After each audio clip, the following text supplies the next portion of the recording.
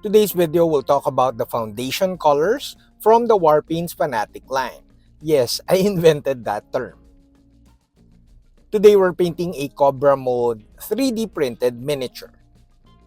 We are painting with the Warpaints Fanatic foundation colors or the two darker colors from the 6-color triad. Also in this video, I'll briefly show you how I improved the overall look of the miniature with washes. So watch this miniature as we turn this Cobra Mode miniature into this. I'm Don, welcome to my channel. This channel is supported by all these awesome brands. Also, special thanks to Army Painter for making this video possible.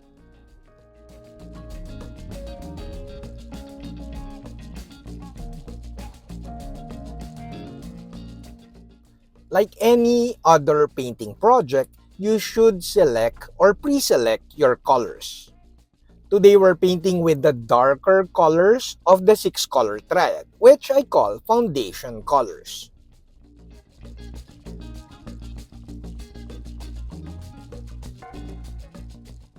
Now let's paint. I primed this miniature with just an industrial grade spray can. I let the primer cure at least overnight. The darker colors like this oak brown surprisingly dries a little brighter, a little bit more vibrant than it looks in the bottle. Which is very good because you don't want it to be too dark and become a little bit negligent or not obvious as you do the layering. As usual, you could see in the video that I leave very fine black lines or black primer of the really deep crevices and details. I also leave black lines in between the different elements of the miniature. Also, as usual, you could see the insane coverage of these paints. Also, this color I found a little bit too dark for the colors of my clouds.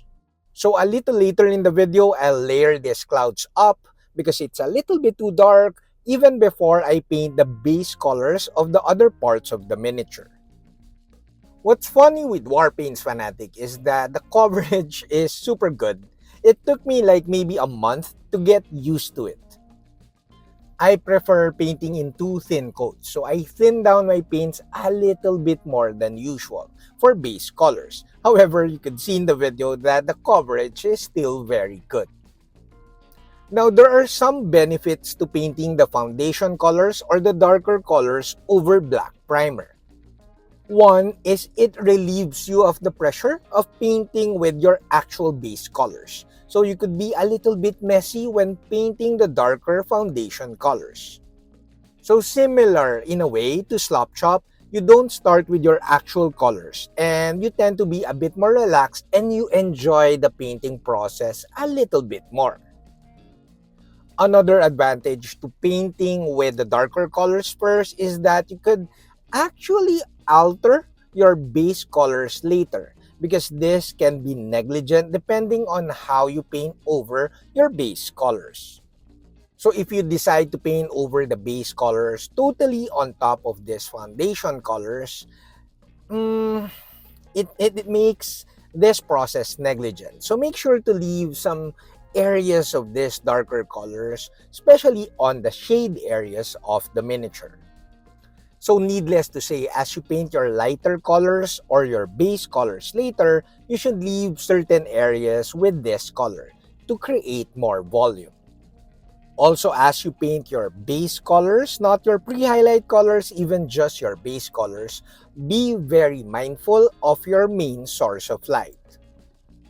Now, I'm slowly defining my color scheme here. Like I said earlier, I found the color or the foundation color for the clouds a little bit too dark. So even painting the other base colors of the other parts of the miniature, I started by painting or layering up the cloud parts of the mini. I must admit that the most time-consuming part of the painting of this miniature was the painting of the foundation colors because I was a little bit too meticulous in terms of really defining the different areas and elements of the miniature. However, once you finish painting your foundation colors, it gets so much faster. The painting gets so much faster as you have a semi-clear idea of what colors to use over the foundation colors. Also, you're painting in smaller areas as you define your highlight areas. Layering is the most basic part or basic method of painting a miniature. Regardless of the paint brand you use, although I'm using Warpaints Fanatic, if your paints are not like the coverage is not that good, having a foundation color will help with the coverage. Coverage is totally not a problem for me though. Now you could see in the video that we have a good foundation or we have good foundation colors for this miniature. Now of course we need to do a bit of layering to bring out the details and give more volume.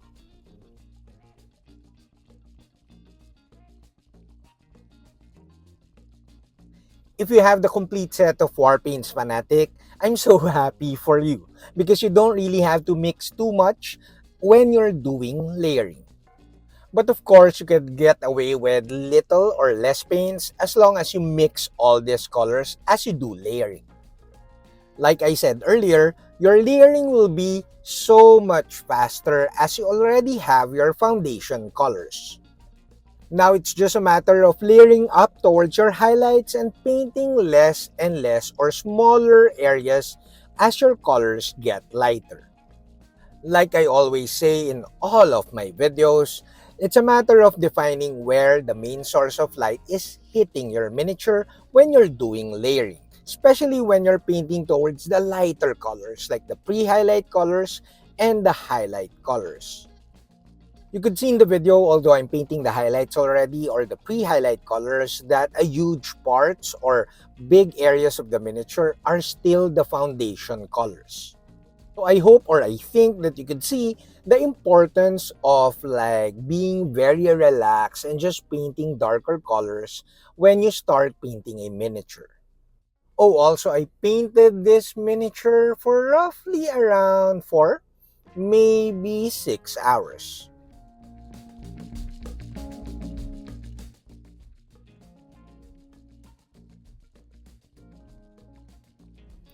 Now we will have a separate video focus on the highlighting with Warpaints Fanatic.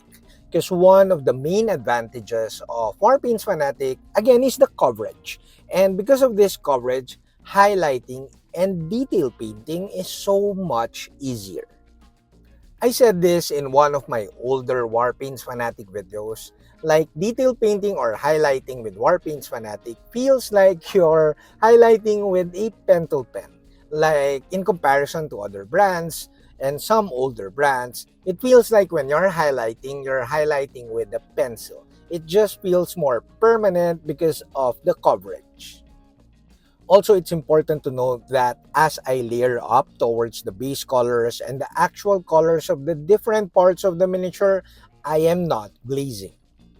So we are basically still at the sketching stage wherein we map where we think the highlights would fall and what colors those different elements would be.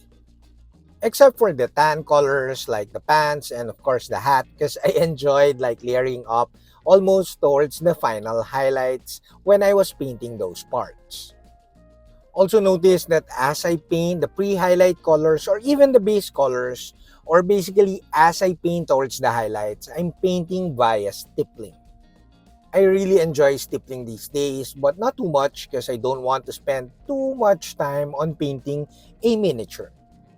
Stippling and scuffing, like painting of scratches and textures on top of the miniature as you layer it up, allows me not to glaze too much later in the painting process.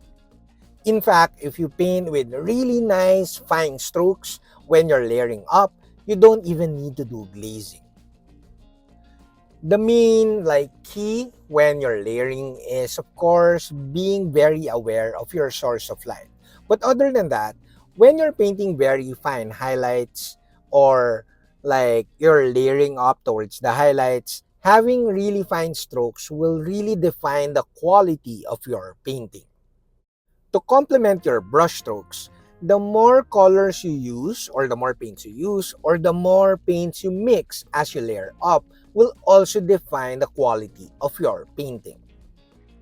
I must admit that the painting of the non-metallic metal of this miniature was a bit lazy because I did not want to layer too much when painting all these parts. So you can see that it has a nice, really solid tan color as the base color or foundation color, and I'm just painting towards the highlights. And then later, I'm kind of dependent on the amount of washes I use to create more contrast.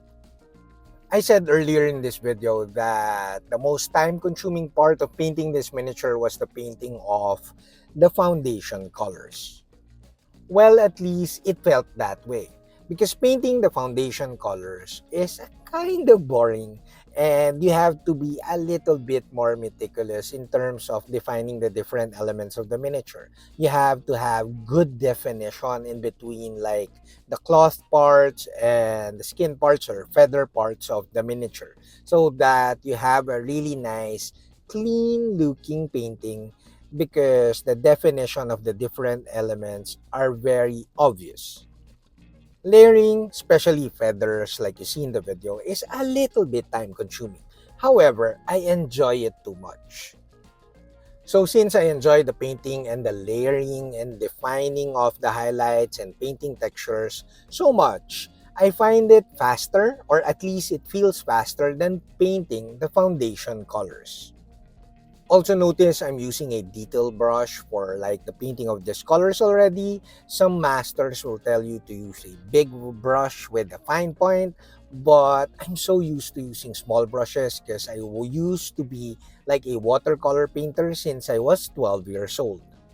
Because when you're painting the hair parts of a portrait, of a watercolor portrait, or the details of the eyes, I'm so used to painting with really small, fine brushes.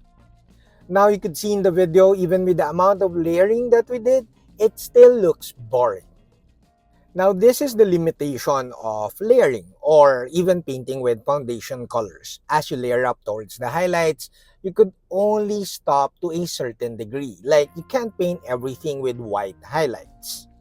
I kinda knew this as I paint with the foundation colors because they're vibrant already.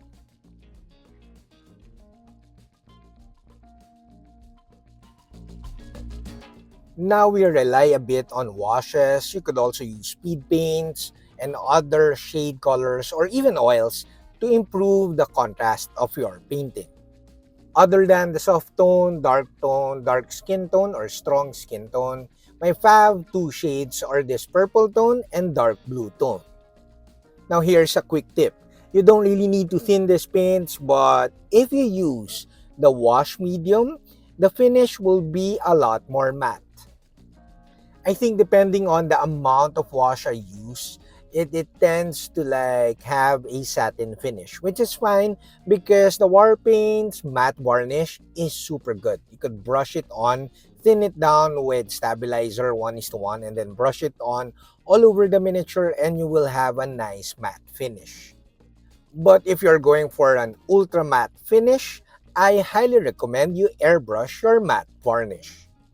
The yellowish tint that you see in the miniature in the video right now was stippled with honey something speed paint, and it was super nice. Pardon that I did not record that on film because it was sort of an experiment. The yellow tint on like the direction of the source of light gave the miniature, the painting, a sunset like environment or a feel, and I'm really happy with the result.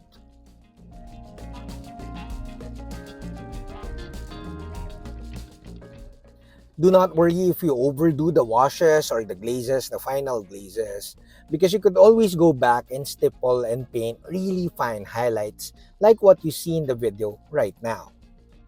I painted ice yellow, stippled it on the areas where like the sunset or the main source of light is, and then my final highlights was with brain matter beige. Now, before our final thoughts, I would like to thank all of you guys, my viewers. The channel is growing, and of course, my patrons. And special thanks to Army Painter for making this video possible. Now let's go back to painting with foundation colors. When you paint with foundation colors or darker colors, you could actually mix it a little bit with black so that you have a darker foundation color, and then you layer up from there. That will be a little bit more time consuming, but that will be more relaxing because that color will be a little bit more negligent as you layer up towards your base colors. Mixing the foundation colors with black to make it a little bit darker is not necessary though, because if you plan to apply more washes, you could bridge the gap in between the foundation color and the very fine black lines in between the different elements of the miniature and blend it with washes. You could use oil paints, of course, war paints, fanatic washes, or even speed paints. The foundation color simply allows you to be a bit more relaxed, and you could slowly define your base colors because you started with darker colors. You could switch to a different color, like start with a teal, the darkest color from the teal, which is, I think, deep ocean blue. I'm not sure, but you could switch that and use a different blue color like vibrant blues, meaning that you still have the leeway to alter your base colors. A quick review though, the two darker colors in the 6-color triad I call foundation colors, and the middle colors are the base colors, and the two brighter colors in the 6-color triad are simply the highlight colors. Although I did not show the painting of the glazing of the yellow tint and the washes as much as I should, because this video was focused on the foundation colors, I think, and I must admit that the speed paint honey something color gave a really nice character to the painting of this miniature. The Warpaints Fanatic washes, on the other hand, seem to be too subtle, especially over the base colors and the darker shade areas of the miniature.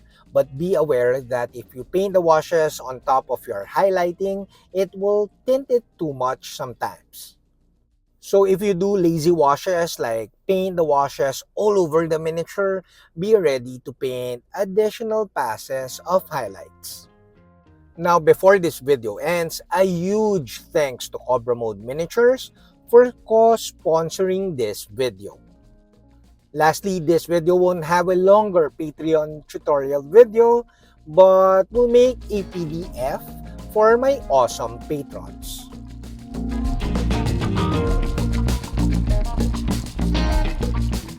That's it, Pansit. I hope you like this video. Do like, subscribe, and all that stuff because it helps the channel a lot. And until my next video, guys. Bye!